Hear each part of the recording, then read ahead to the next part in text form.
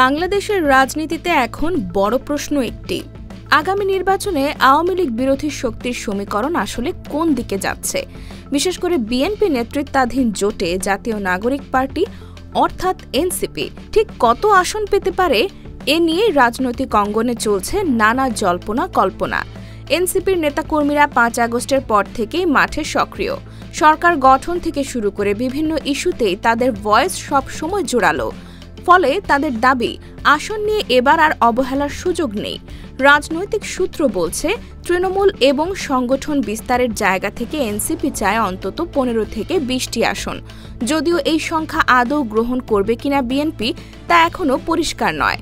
অন্যদিকে বিএনপি চাইছে বাস্তবতার সাথে সামঞ্জস্য রেখে জোটের আসন বণ্টন, যেখানে দলের শক্ত ঘাঁটি অটুট রেখে সঙ্গীদের সন্তুষ্ট করাও কঠিন চ্যালেঞ্জ।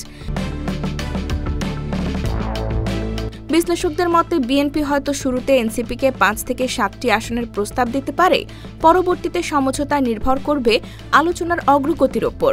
বিশ্লেষকরা বলছেন, এখানে একটি বিষয় খুবই গুরুত্বপূর্ণ। বিএনপি বর্তমানে সরকারের সঙ্গে বিভিন্ন হিস্যা আদায় এবং সাংগঠনিক সংকট সব মিলিয়ে এক কঠিন মুহূর্ত অতিক্রম করছে।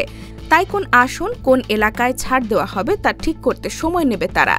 সুতরাং এনসিপিকে কত আসন দেবে বিএনপি, প্রশ্নের সঠিক উত্তর এখনও ধোঁয়াশায় ঢাকা। সামনে আলোচনা বাড়বে, দর কষাকষি হবে এবং তারপরই পরিষ্কার হবে মাঠের চূড়ান্ত সমীকরণ। এখন শুধু সময়ের অপেক্ষা। বিরোধী রাজনৈতিক জোটে কে কতটা শক্তিশালী অবস্থান ধরে রাখতে পারে, সেটাই দেখার বিষয়।